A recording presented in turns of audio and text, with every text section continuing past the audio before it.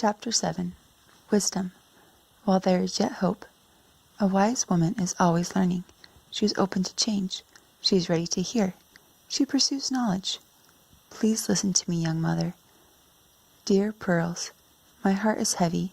I desire with my whole heart to bring our children up in the ways of God. They are ages 2 and 5. My deep concern is this. My husband has been deceived into thinking that various TV programs and commercials are not harmful to him or the children. He lets the fact that they are humorous dismiss the fact that they are crude and subtly being used to chip away at the spirit of our family. I have to work part-time in the evening, and I worry what is being shown on the idol of TV in our home. I have shared my concern with him, and sorry to say have nagged some too. But he is not as convinced as I am about this issue. This has led to my being resentful and angry at him, to the point where I feel no respect or love towards him. I am committed to my vows, though. Can you offer any advice to help me in any way? I even feel I must have married the wrong man. He has many positive qualities, but I worry that these influences are causing him to stray. Thank you for any help you can give. Susan. Dear Susan, just imagine what it would be like if your husband just disappeared one day. No more bad commercials, no questionable TV, no warm beds, just lots of long, lonely nights and days of toil at a job away from the children. The children will not be with their father watching TV. They will be with the babysitter who is taking care of them for money. You will wonder if the babysitter is having her boyfriend over for a little sex in the bedroom while the kids watch TV alone. The young children will cry when you leave for work. The older children will be glad to see you go so they can exercise their newfound liberties. The car has something wrong with it, but you can't take a day off to get it fixed. Money is in short supply. You discover that the social circle for a divorced woman with kids is rather small.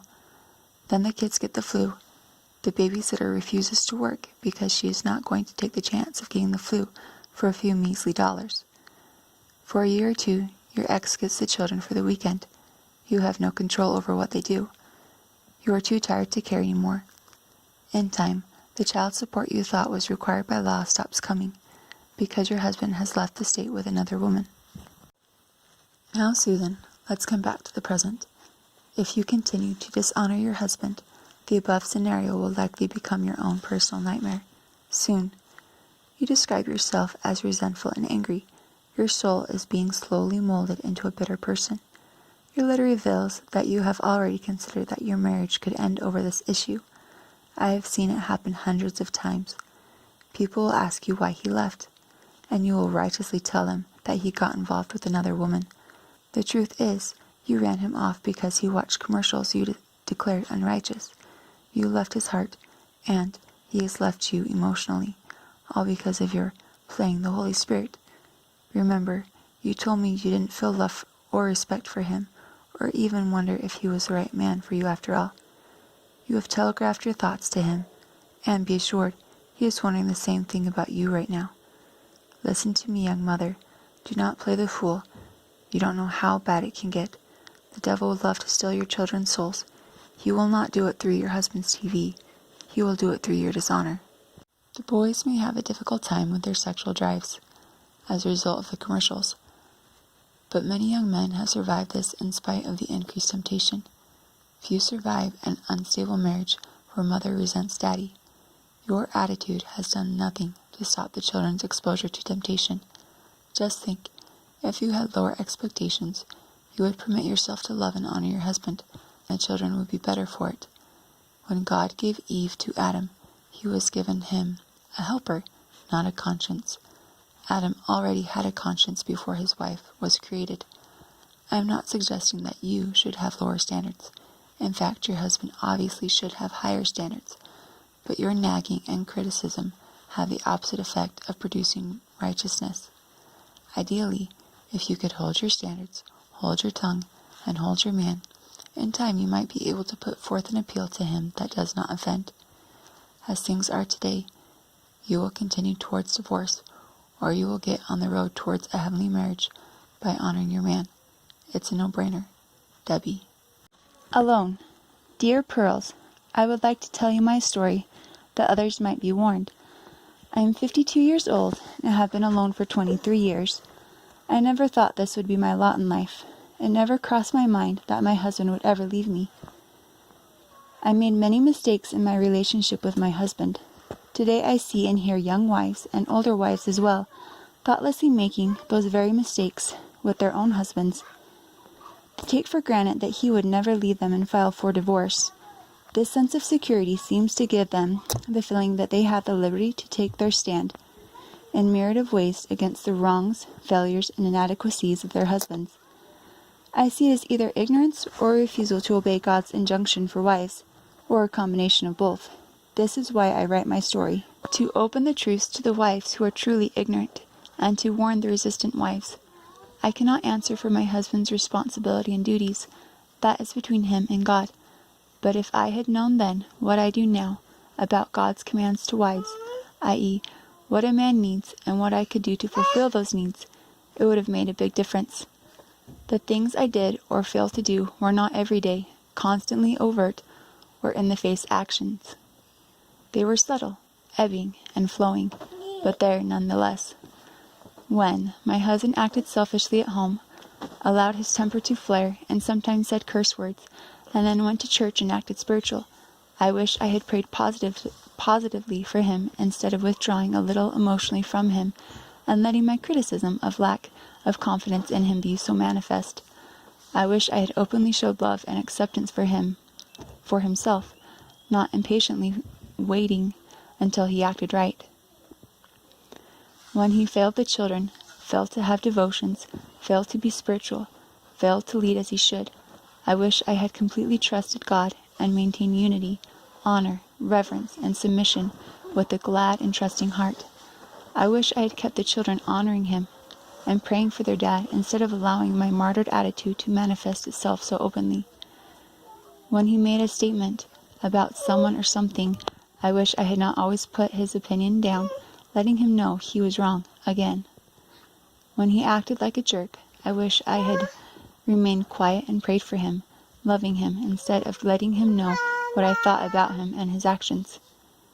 When he tried to make up to me for some failure, I wish I had not been so cool, waiting for him to suffer a little more and be more intense and sincere about his apology.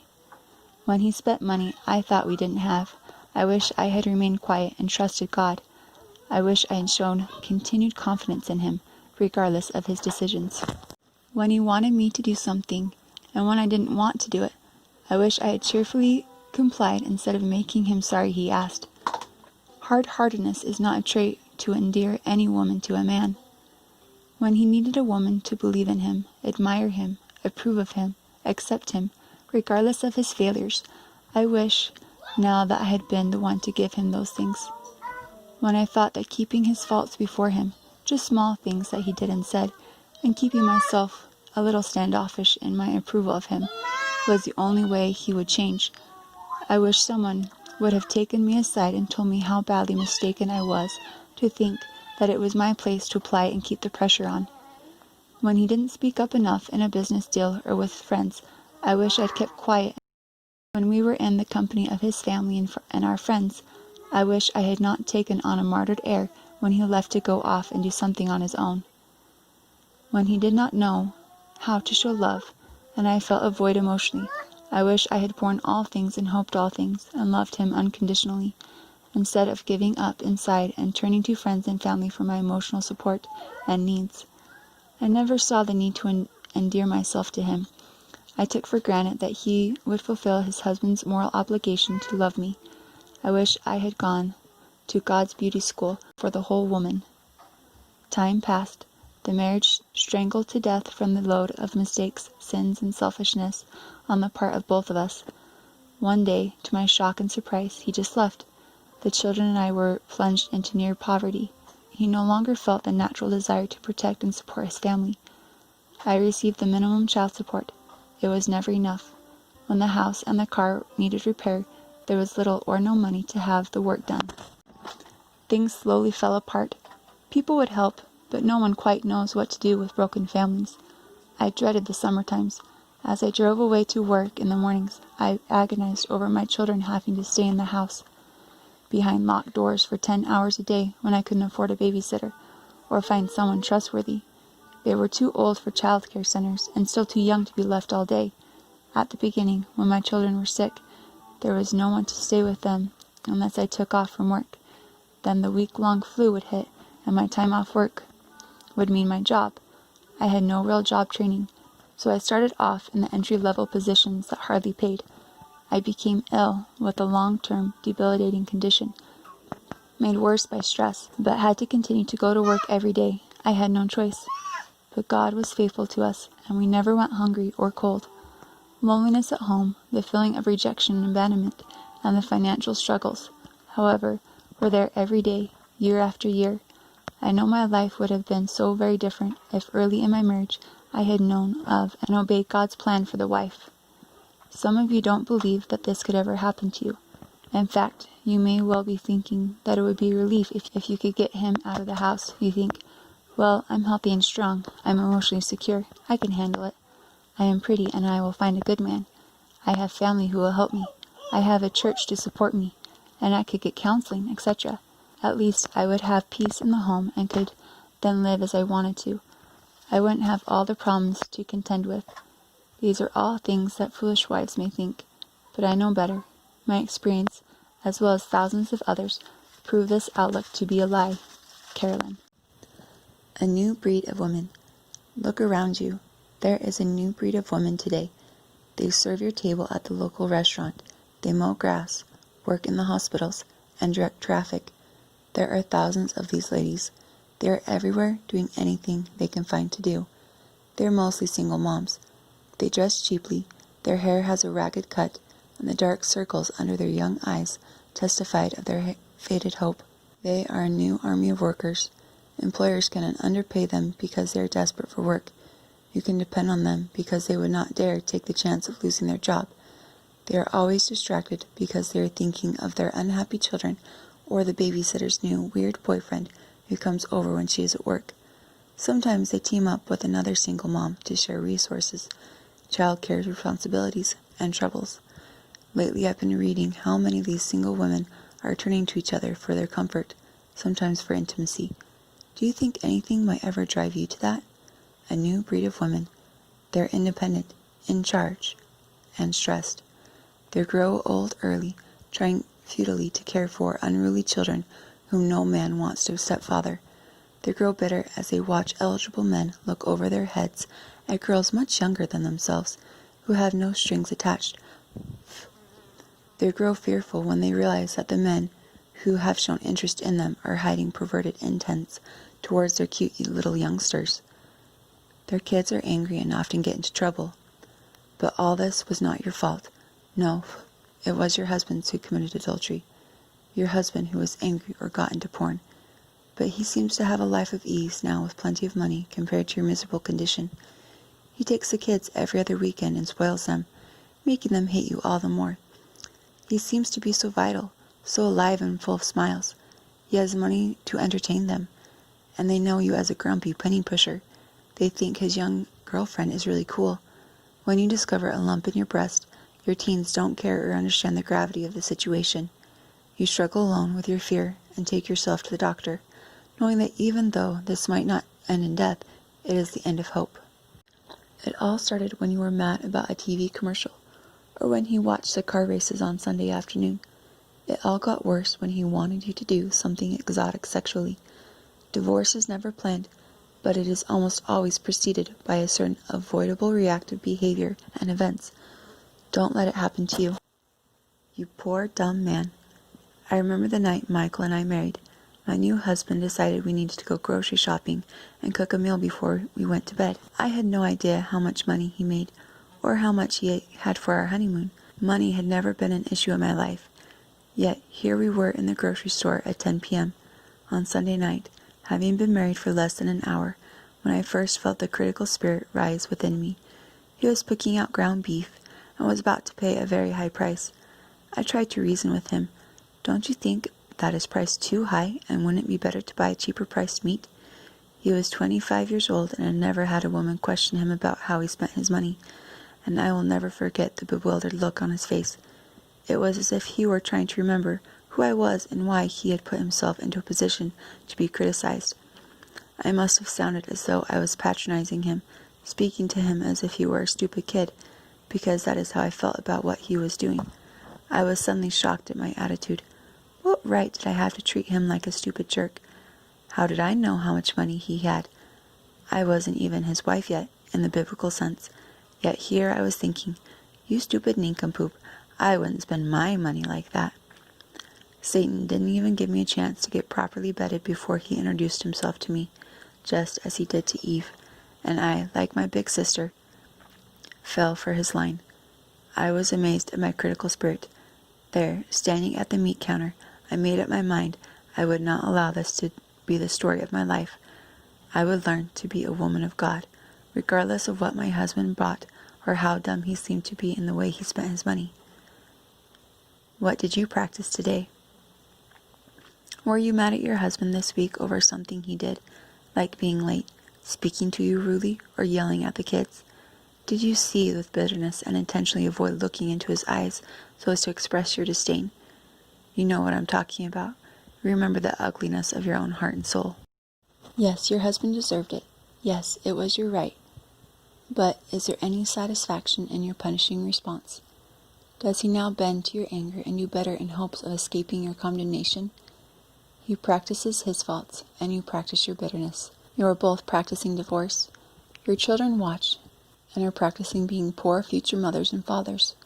Stinking thinking, anxiety attacks, depression, somber moods, feeling of not being in control of your mind, unfounded fears, and bursts of anger all start in the mind. They are what you have allowed yourself to become through your 40,000 daily thoughts. By reacting the same way repeatedly, you establish habits that became so much a part of you that they seem to be organic, a part of your physical makeup. Any cigarette smoker will tell you how powerful an addiction can be. Stinking thinking is an addiction that will grow into such a habit that it controls the body and deceives the mind. God warns us to guard our minds. Let this mind be in you, which was also in Jesus Christ. Philippians 2:5. For as he thinketh in his heart, so is he. Proverbs 23:7. Keep thy heart with all diligence, for out of it are the issues of life. Proverbs 4:23. Have you forgotten why you were created? Please come to Jesus, just as you are, and stay to him. From this day forth, I want to be the helpmate you created me to be. Tell him, he is waiting to forgive and love you. God's way works. I know I have been hard on you, but no harder than reality. For a moment, God has broken through your wall of excuses, and you now know you are responsible. But he that heareth and doeth not is like a man without a foundation, built an house upon the earth, against which the stream did beat vehemently, and immediately it fell, and the ruin of the house was great. Luke 6:49. For God hath not given us a spirit of fear, but of power, and of love, and a sound mind. 2 Timothy 1:7. What is God's perfect will for your life? To be a good helpmeet. Chapter 8. Wisdom to understand your man. A wise woman learns to adapt to her husband. 3 kinds of men. Men are not all the same. I have become aware that there are basically 3 types of men. The different types are just as marked in 1-year-olds as they are in adult men. It seems that God made each male to express one side of his triad nature. No single man completely expresses the well-rounded image of God. If a man were all 3 types at the same time, he would be the perfect man.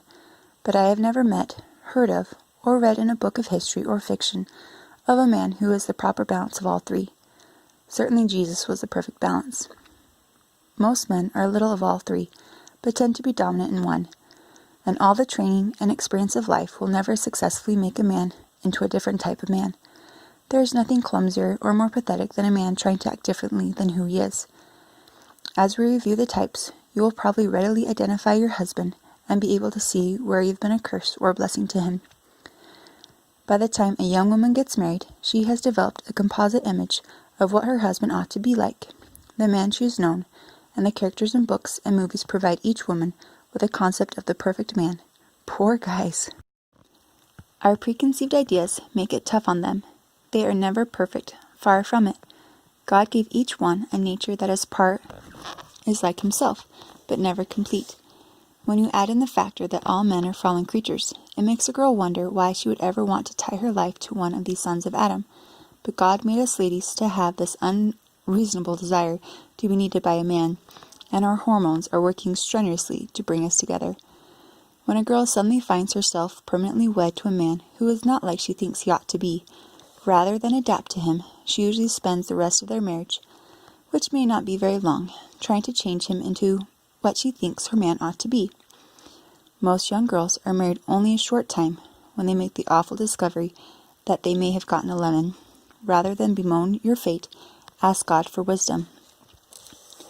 Wisdom is knowing what you bought when you married that man, and learning to adapt to him as he is, not what you want him to be. Men are not alike. Your husband most likely will not be like your father or brother, or the man in your favorite romance novel. Our husbands are created in the image of God, and it takes all kinds of men to even come close to completing that image. No man is a perfect balance. If he were, he would be too divine to need you. God gives imperfect women to imperfect men, so that they can be heirs together of the grace of life, and become something more together than either one of them ever would be alone. If you fight your husband's inadequacies, or seek to be dominant where he is not, both of you will fail. If you love him and support him with his inadequacies, and without taking charge, both of you will succeed and grow. Mr. Command Man. God is dominant, a sovereign and all-powerful God. He is also visionary, omniscient, and desirous of carrying out his plans. And God is steady, the same yesterday, and today, and forever, our faithful high priest. Most men epitomize one of these three aspects of God. A few men are born with more than their share of dominance, and on the surface, a deficit of gentleness. They often end up in positions that command other men. We will call them command men. They are born leaders. They are often chosen by other men to be military commanders, politicians, preachers, and heads of corporations. Winston Churchill, George Patton, and Ronald Reagan are examples of dominant men. Since our world needs only a few leaders, God seems to limit the number of these command men. Throughout history, men created in God, the Father's image, have all surrounded themselves with good men to help get the job completed. Command men usually do more than is required of them. They are known for expecting their wives to wait on them hand and foot. A command man does not want his wife involved in any project that prevents her from serving him. If you are blessed to be married to a strong, forceful, bossy man as I am, then it is very important that you learn how to make an appeal without challenging his authority. We will discuss how to make an appeal later in this book. Command men have less tolerance, so they will often walk off and leave their clamoring wife before she has a chance to realize that she is even close to losing her marriage. By the time she realizes that there is a serious problem, she is already a divorced mother seeking help in how to raise her children alone. A woman can fight until she is blue in the face, yet the command man will not yield. He is not as intimate or vulnerable as other men in sharing his personal feelings or vocation with his wife. He seems to be sufficient unto himself. It is awful being shut out. A woman married to a command man has to earn her place in his heart by proving that she will stand by her man, faithful, loyal, and obedient. When she has won his confidence, he will treasure her to the extreme. She is on call every minute of her day. Her man wants to know where she is, what she is doing, and why she is doing it. He corrects her without thought. For better or for worse, it is his nature to control. A woman married to a command man wears a heavier yoke than most women, but it can be a very rewarding yoke. In a way, her walk as his helpmeet is easier because there is never any possibility of her being in control. There is no gray areas. She always knows exactly what is required of her. Therefore, she has a calm sense of safety and rest.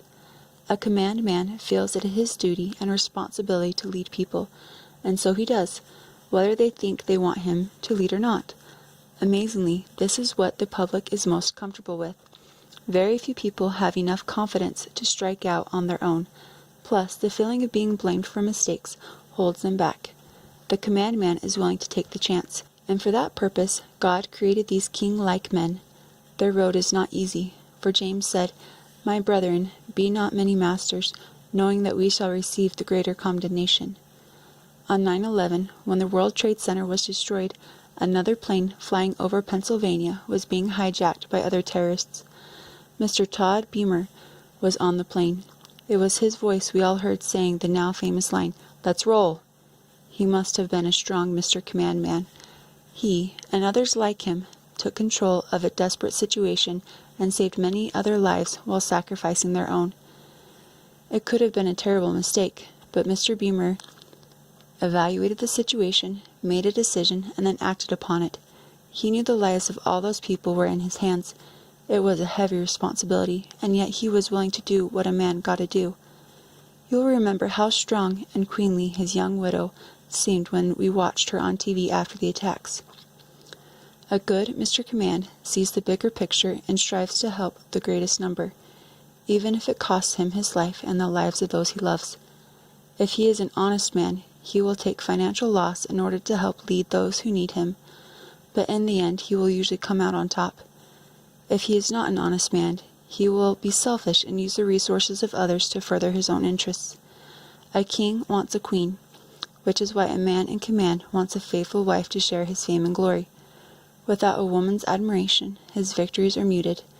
If a wife learns early to enjoy the benefits of taking the second seat, and if she does not take offense to his headstrong aggressiveness, she will be the one sitting at his right side being adored, because this kind of man will totally adore his woman and exalt her. She will be his closest and sometimes his only confidant.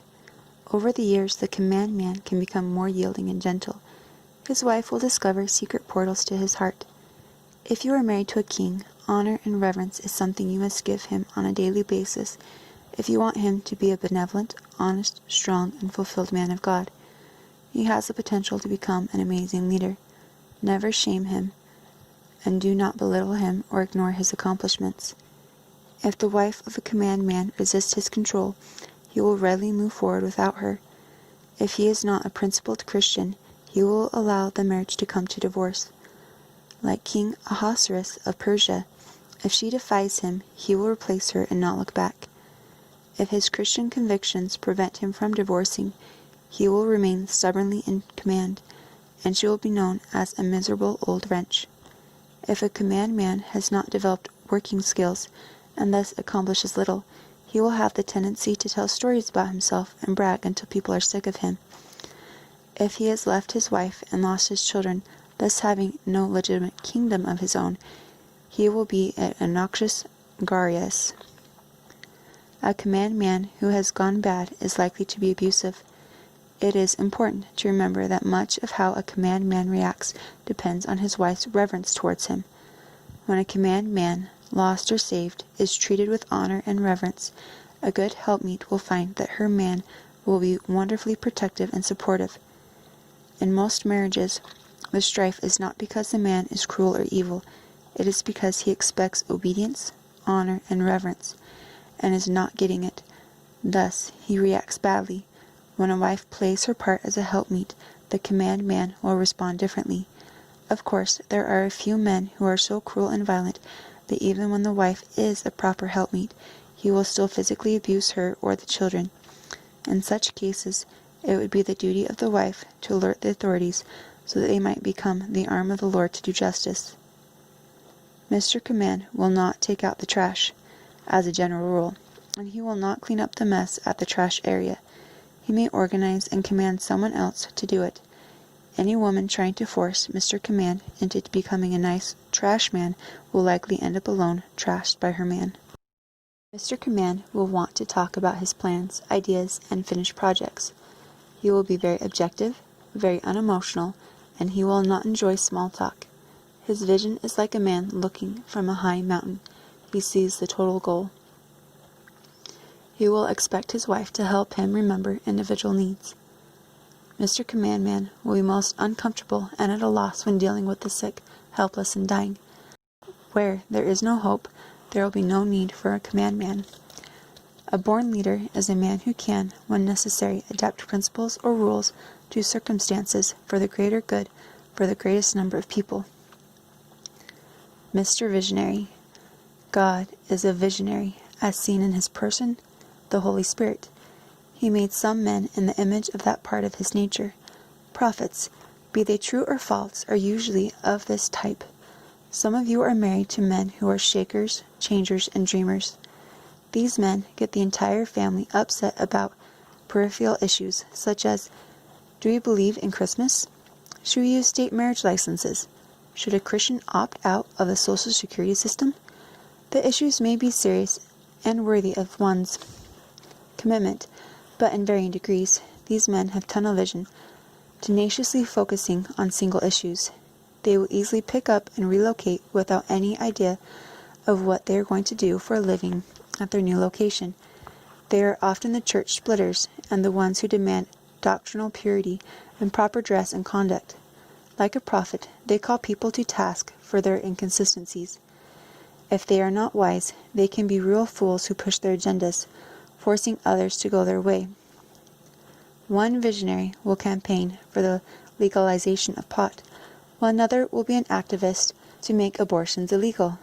Most will just sit around in the house and complain, but in their souls they are visionaries. Visionaries are often gifted men or inventors, and I'm sure it was the men of this caliber who conquered the Wild West, though they would not have been the farmers who settled it.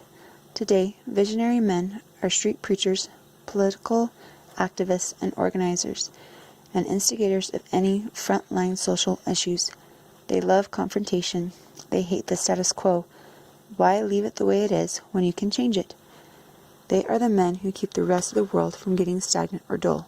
The visionary is consumed with a need to communicate with his words, music, writing, voice, art, or actions. He is the voice crying out in the wilderness, striving to change the way humanity is behaving or thinking. Good intentions don't always keep visionaries from causing great harm. They can stir up pudding and end up with a toxic waste if they are not wise. An unwise wife can add to the poison with negative words, or she can, with simple words of caution, bring attention to the goodness of the pudding and the wisdom to leave it alone. Every Mr. Visionary needs a good, wise, prudent, stable wife who has a positive outlook on life. If you are married to one of these fellows, expect to be rich or poor, rarely middle class. He may invest everything in a chance and lose it all or make a fortune, but he will not do well working an 8 to 5 in the same place for 30 years, and then retiring to live the good life. If he works a regular job, he may either not show up half the time, or he will work like a maniac 80 hours a week and love every minute.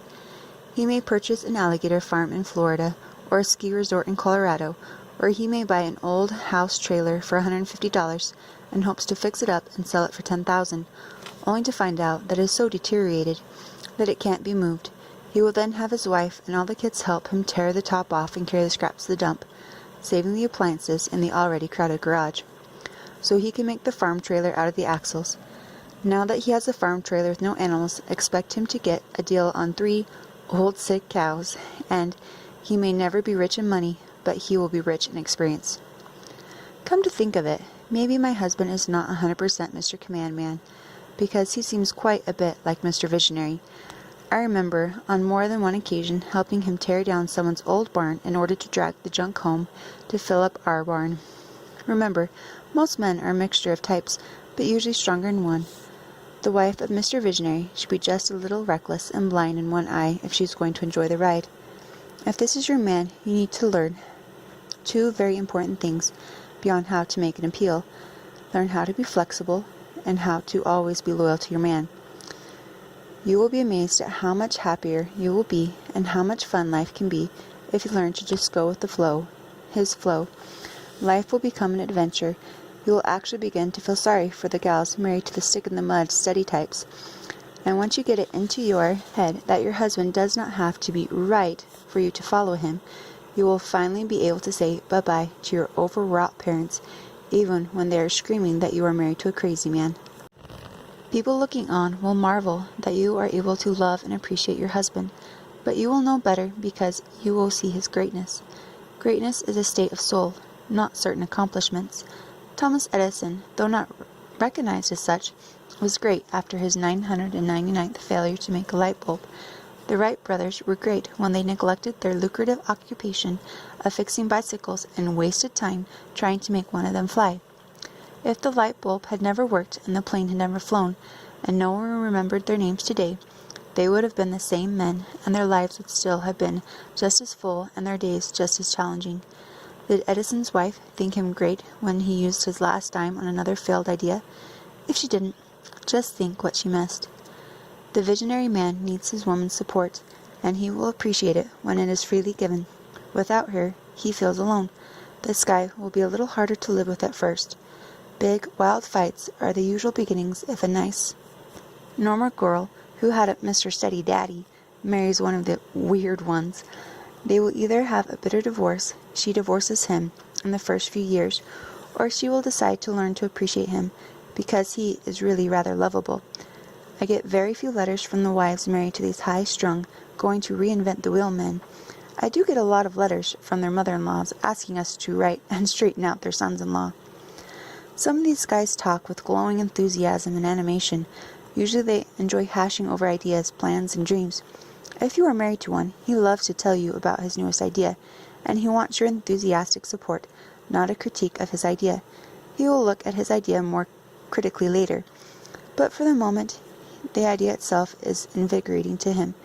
He will have 1,000 ideas for every project he attempts, and he will try many of them that he will never finish, and he will finish some that are worthless, and you knew it all along. Remind him of that the next time he has an idea, and you will destroy your marriage, but you won't change him. He will share his dumb ideas with someone else. Learn to enjoy the trip. Several years back, a newlywed couple decided to take a bicycle road trip for their honeymoon.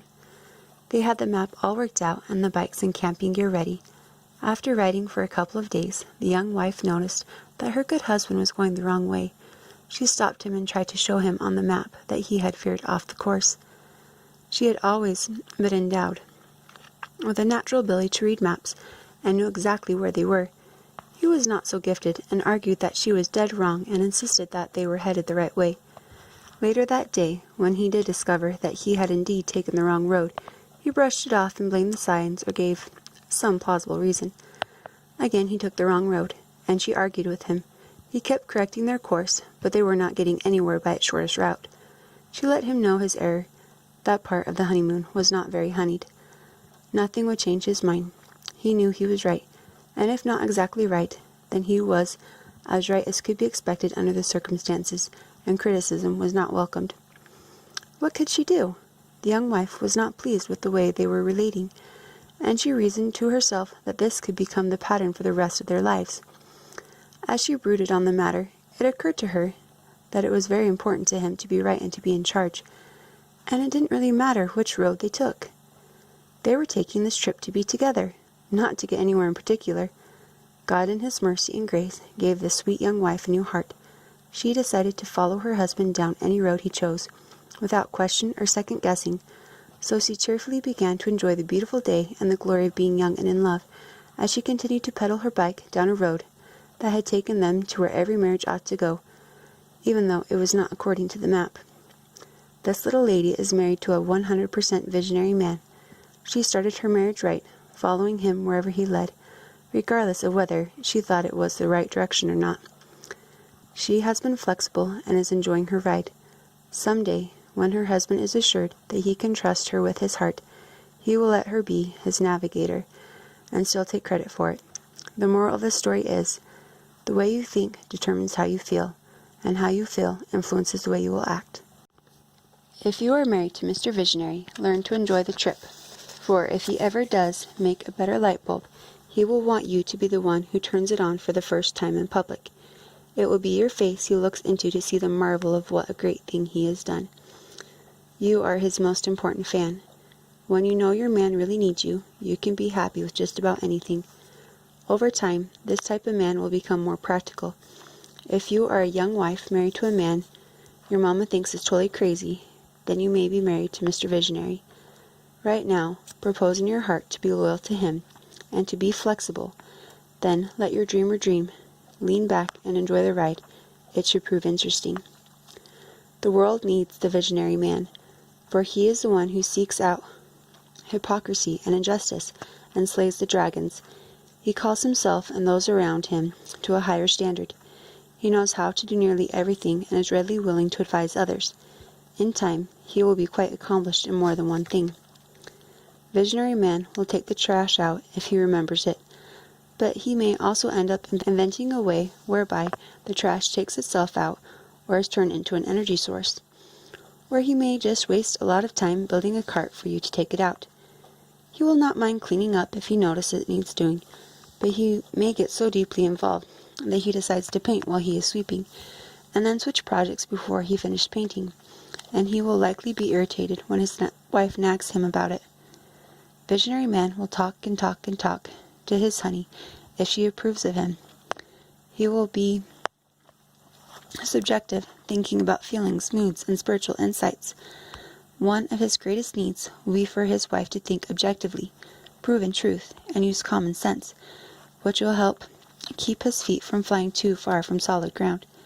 He spends his life looking through a telescope or microscope, and he will be stunned at what he sees, or think he sees, others do not seem to notice or care about.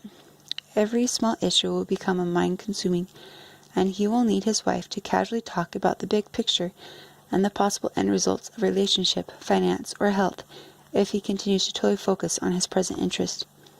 His sweetheart needs to stay in a positive state of mind, yet never jump into his make-believe world, trying to be too much of a cheerleader on dead-end issues. Let him burn out on things that are not wise. But don't throw water on his fire. Let him find his own balance through bumping into hard realities. The Old Testament prophets of God must surely have been the visionary type. Remember Elijah, Jeremiah, and Ezekiel, and all their trials? Visionary man is initiator and provoker. He is a point man, trailblazer, and a voice to get things done. He will start and keep the party going until the command man gets there to lead on. Visionary man's focus is so intense that matters can easily be blown out of proportion. A wife must guard against negative conversation about people. An idle conversation by her can bring about the end of a lifelong friendship. This is true with all men, especially so with Mr. Visionary. Search your heart and discover your motive in what you are saying about people. What is your intent when you speak? To build him up and give him joy, or to build up yourself and make him think that you are alone, are perfect? If you mention people and make them look a little bad, and yourself a little taken for granted, your husband may get the idea that friends and family are treating you unfairly, and he may become withdrawn and suspicious. You could unwillingly render your husband unteachable. If you want your husband to grow into a confident, outgoing man of God, then you need to have a clear conscience towards his friends and family. God says a woman's conversations can win her lost husband. In the same vein, a woman's idle, negative conversation can triple a strong man and cause him to become an angry, confrontational, and divisive man. Likewise, you wives, be in subjection to your own husbands, that if any obey not the word, they also may, without the word, be won by the conversation of wives, while they beheld your chaste conversation coupled with fear. Mr. Visionary needs a lady who does not take offense easily. She needs to be tough. He needs his lady to be full of life and joy. A visionary man is not equipped to be a comforter for him or anyone else. His lady will need to learn to tuck in that quivering lip, square those shoulders, and put on that smile. Mr. Visionary can be a leader, but because he has tunnel vision, his leadership will have a more narrow focus. Mr. Steady. God is as steady as an eternal rock, caring, providing, and faithful, like a priest. Like Jesus Christ, he created many men in that image. We will call him Mr. Steady, in the middle, not given to extremes. The steady man does not make snap decisions or spend his last dime on new ideas, and he doesn't try to tell other people what to do. He avoids controversy. He doesn't invent the light bulb like Mr. Visionary, but he will be the one to build the factory and manage the assembly line that produces the light bulb and the airplane. He does not jump to the front of the plane to take a razor knife away from a terrorist, unless he is encouraged to do so by Mr. Command. He would never lead a revolution against the government or the church. He will quietly ignore hypocrisy in others. He will selflessly fight the war that Mr. Visionary starts and Mr. Command leads. He will build the oil tankers, farm the soil, and quietly raise his family. As a general rule, he will be faithful to the day he dies in the same bed he has slept in for the last 40 to 50 years. Older women who are divorced and have learned by their mistakes know the value of peace and safety, and they will long for a nice steady man of this stature. But such a man is rarely available, unless his foolish wife has left him. This man is content with the wife of his youth. Joys and tribulation. Being married to a steady man has its rewards and its trials. On the good side, your husband never puts undue pressure on you to perform miracles. He doesn't expect you to be his servant. You do not spend your days putting out emotional fires because he doesn't create tension in the family. You rarely feel hurried, pushed, pressured, or forced. The woman married to the visionary man look at you and wonder that your husband seems so balanced and stable. The wife of the command man marvels at the free time you seem to have. If your dad happened to be a Mr. Steady, then chances are you will appreciate your husband's down-to-earth practical life for the wonderful treasure he is. When you are married to a man who is steady and cautious, and you have a bit of the impatient romantic in you, you may not see his worth and really honor him. You may be discontent because he is slow and cautious to take authority to make quick decisions. A bossy woman sees her husband's lack of hasty judgment and calls her steady husband wishy-washy. His steadiness makes him the last to change, so he seems to be a follower because he is seldom out front forming up the troops. There is no exciting rush in him, just a slow, steady climb with no bells or whistles. You wish he would just make up his mind, and that he would take a stand in the church. He seems to just let people use him. There are times you wish he would boldly tell you what to do so you would not have to carry all the burden of the decision-making. Some women equate their husband's wise caution and lack of open passion as being unspiritual. His lack of spontaneity and open boldness may look like indifference to spiritual things. However, he is like deep, deep water. The very depths make the movement almost imperceptible, but it is there, nevertheless very strong. He will be confused with your unhappiness and try to serve you more, which may further diminish your respect for his masculinity. Disappointment and unthankfulness can make you wearier than any amount of duties. The trials he seems to cause you are really your discontented response to what you consider to be his shortcomings. If you don't attempt to change him into something other than what God created him to be, he will not cause you any grief. His very steadiness keeps him on his middle-of-the-road course, and it will drive a controlling woman crazy. This is why many disgruntled ladies married to Mr. Steady fall victim to hormonal balance, physical illness, or emotional problems. When a woman is married to a bossy, dominant man, people marvel that she is willing to serve him without complaint, so she comes out looking like a wonderful woman of great patience and sacrifice. A woman married to the impulsive visionary man who puts his family through hardships will stir amazement in everyone. How can she tolerate his weird ideas with such peace and joy? She comes out being a real saint, maybe even a martyr. But if you are married to a wonderful, kind, loving, serving man, and you are just a little bit selfish, then you are likely to end up looking like an unthankful shrew. He helps you, he adores you, protects you, and is careful to provide for you, and you are still not satisfied. Shame on you. The foot washer. Yesterday, I used a water hose to wash the inside of the church outhouse. For you city girls, an outhouse is a small hut sitting over a hole in the ground with a wooden floor and a seat with a hole in it. Before indoor plumbing, this was a typical toilet. The outhouse usually sat about 50 feet from the house. As you can imagine, outhouses stink. As I squirted water over the walls and the potty, I was wishing Chuck was around. If there is a dirty job, a tiresome job, a job which most people will try to avoid, a job where there is no glory to be found, you can be sure that Chuck will be there, quietly taking responsibility. Our friend Chuck is a foot washer. His strength is best seen in what he does for others. When I read the story of Jesus washing the animals' manure off of the disciples' feet, or calling the little children to come unto him, or feeding the 5,000, I think of Chuck. The disciples all wanted to be in charge, to be seen, to receive glory, but Christ spent most of his time with them, teaching them to be quiet servants, the works of a steady man. Jesus was a foot washer. In Christ's name, washing the feet of a traveler was a loathsome job, and befell the lowest paid servant. Yet Jesus washed their feet as a testimony to them of what he values.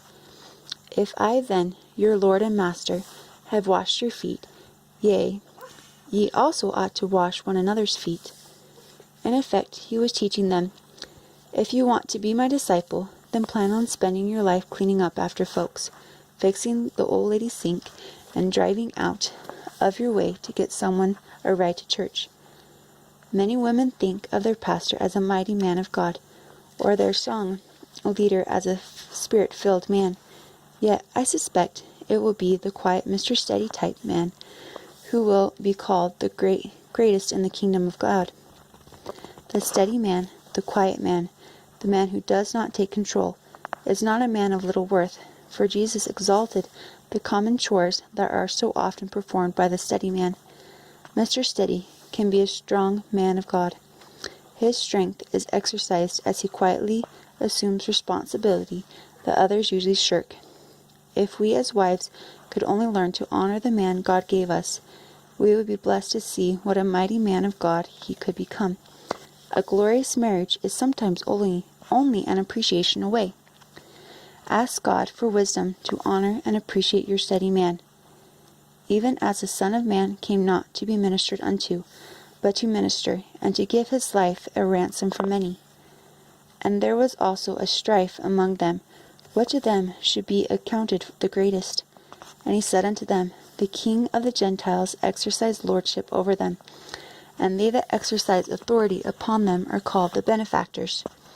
But ye shall not be so, but he that is the greatest among you, let him be as the younger, and he that is chief, as he that doth serve. For whether is greater, he that sitteth at meat, or he that serveth? Is not he that sitteth at meat? But I am among you as he that serveth. Know your man. Wives are very much flesh and blood, and as a young woman, we don't come to marriage with all the skills needed to make it start out good, let alone perfect. When you come to know your man for whom God created him to be, you will stop trying to change him into what you think he should be. The key is to know your man. If he is Mr. Steady, you need to learn to be thankful and to honor him as the one created for you in the image of God. God's word says in Hebrews 13:8, Jesus Christ, the same yesterday and today and forever. A man who is created steady brings peace and safety to a woman's soul. Your husband's gentleness is not a weakness, it is his strength. Your husband's hesitation is not indecision, it's a cautious wisdom. Your husband's lack of deep spiritual conviction is not a lack of caring, it is simply the cap on a mountain of intense emotion. If he ever speaks to how he does feel, he will most likely become teary. He wants to please you. Counsel in the heart of a man is like deep water, but a man, a wife also, of understanding will draw it out. You will not need to learn how to make an appeal to him, because your husband is all too willing to hear you. If this describes your man, you will need to learn how to stand still and listen. Then let God move your husband in his own good time. Ask God for wisdom and patience. Seek to always have a gentle spirit. Look up shamefacedness in the Bible and learn what it means. Pray for your husband to have wisdom. Stop expecting him to perform for you, to pray with the family, to speak out in witnessing, or to take a bold stand at church. Stop trying to stir him up to anger towards the children in order to get him to feel as though he understands how badly you are being treated. Let him be the one God made him to be, a still, quiet, thoughtful presence for you. Command and visionary men understand and appreciate him, and they too lean on this type of man for stability. Learn to seek your husband's advice on what to do, and then give him time to answer, even if it means days or weeks. Show respect by asking him in what areas he would like you to do some decision-making. Many of these nice men prefer their wives to show some initiative. A command man tells you what to do and how to serve him, and a visionary man wants you to do what he is doing. A steady man likes a woman to walk beside him, yet grow in her own right before God and him. If you are married to a Mr. Steady, you need to get familiar with Proverbs 31 to know how to be an active helpmeet to your man. Your husband will enjoy and share your triumphs in business. He will be proud of your accomplishments. He will want you to use your natural skills, abilities, and drives. Your achievements will be an honor to him, but lazy slothfulness will greatly discourage him. Your wasting of time and spending money foolishly will weigh heavily on him, robbing him of his pride and pleasure in you. He needs a resourceful, hard-working woman with dignity and honor. It is important to Mr. Steady that his wife be self-sufficient in all the mundane tasks of daily living. You must learn how to pay bills, make appointments, and entertain guests with competence that brings him satisfaction. Your hobbies should be creative and useful, involving your children, so that all of you are busy and productive every day. Your home should be clean and orderly, so that his friends and business contacts will be impressed and at ease. Your skills and achievements are your husband's resume. If you are wise and competent, then he must be even more so, the onlooker will think. At the end of the day, Mr. Steady will enjoy weighing what he has accomplished with what you have accomplished, and will rejoice in the value of having a worthy partner in the grace of life. These men can be some of the most important men in the church, because their steadfastness is sure and their loyalty is strong. They make wise, well-thought-out decisions. They are rarely rash or foolish, although, to their discredit, they will sometimes tolerate foolishness or error without dissent. Their children grow up to highly respect their gentle-speaking dad. If mother has been negative towards dad, the adult children will strongly resent her to the point of disliking her. Typically, Mr. Steady do not become as well known as the commander visionary men. They are not odd or standout men. They are not loud. They are neither irritating nor particularly magnificent. If they do rise to public notice, it will be because of an enormity of achievements, or because they are trusted for their very visible traits on honesty and steadfastness. Some women and men alike envy and desire a command man. People are often drawn and compelled by the visionary, but the steady man is taken for granted. He is seldom a campaigner. He is needed, but not flashy enough to win the spotlight.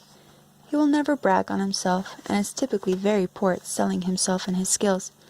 He waits for another to point out his value and call for his help. It is your job to sell him, to speak highly of him until all are convinced and aware that he is the skillful professional they have been looking for. The vast majority of my letters are from women criticizing their laid-back, quiet, slow, unassuming, undemanding, hard-working husbands for their carnal habits. These wives have forgotten to have a life of their own, so they spend their time trying to make their husband into dominant types because they admire leadership, authority, and clout. They don't have a clue about the demands that come from being married to a dominant, bossy man. Most of this book has been written to help young wives learn to honor, obey, and appreciate the steady man just as he is. If a wife dishonors her steady husband and takes control, he will most likely stay with her. They probably will not divorce. But her dishonor will cause him to lack the confidence to further his business opportunities. He will become satisfied with the mediocre, because it involves no risk. He will know that he pulls the plow alone, that he has no helper. Yet, if that same man had married a thankful, creative woman who delighted in him and thought he was the smartest, wisest, most important fellow around, then he would have risen to the occasion in every area of his life. Many women believe Mr. Steady is mediocre and lacks strength and authority, when in actuality Mr. Steady is the manly, steady fellow that lacks a good wife. Mr. Steady may take the trash out and always keep the area clean, yet his wife will be prone to take his goodness for granted. He will be in quiet contemplation much of the time. It will drive his wife crazy, because she will long for him to share his deepest feelings and thoughts with her, so she can feel loved. He cannot. He might even cry during times of stress or intimacy. He is very, very slow to come to trust and open up to the woman he loves, because he does not understand her. He will enjoy the company of others and be most comfortable spending time in small tasks with whoever is around. Of the three types, he is the one who will be most likely to be liked by everyone. Mr. Steady is always in demand. People everywhere need him to fix cars, build houses, set up their computer, figure out what's wrong with their phone, heal them of cancer, and the list goes on and on. You begin to wonder if you will ever have him all to yourself. The answer is no. He belongs to people. When it is time or past time for some special time alone, take a vacation and leave the cell phone at home. Mr. Steady is wonderful with those who are sick, hurt, or dying. He loves to comfort and seems to know what a person needs in times of great sorrow. His still, quiet presence brings peace. To the command man, this is nothing short of a miracle. A steady man thrust into a command man's position or job will be stressed and in the end unsuccessful. He is not meant to lead, but to support. He does not focus on the eternal picture, nor is he looking through a microscope, but he does respect both views as important. His vision is a man seeing life just as it is. He can shift his sights to the sky and know there is more up there than he can see, and he wonders about it. Or he can stare into a muddy pond and appreciate that there is a whole world in there that he knows nothing about. In most life, he is a bridge between the other two types of men. He is a very necessary expression of God's image. Ruination. Wife's summary. A. The wife of Mr. Command Man can ruin her marriage by failing to honor, obey, and reverence her husband's authority and rule. B. The wife of Mr. Visionary can ruin her marriage by failing to follow, believe, and participate as an enthusiast of her husband's dreams and visions. C. The wife of Mr. Steady can ruin her marriage by failing to appreciate, wait on, and be thankful for her husband's pleasant qualities. Successful wife summary. A.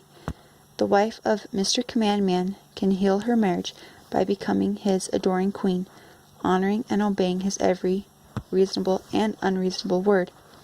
She will dress, act, and speak as to bring him honor everywhere she goes. B. The wife of Mr. Visionary can heal her marriage by laying aside her own dreams and aspirations and embracing her role as helpmeet to her man, believing in him and being willing to follow him with joyful participation in the path he has chosen. C. The wife of Mr. Steady can heal her marriage by joyfully realizing what a friend, lover, and companion she has been given and living that gratitude verbally and actively. When she stops trying to change him, he will grow. She can then willingly take up tasks that will fill her time and give her husband joy and satisfaction when he sees her productiveness.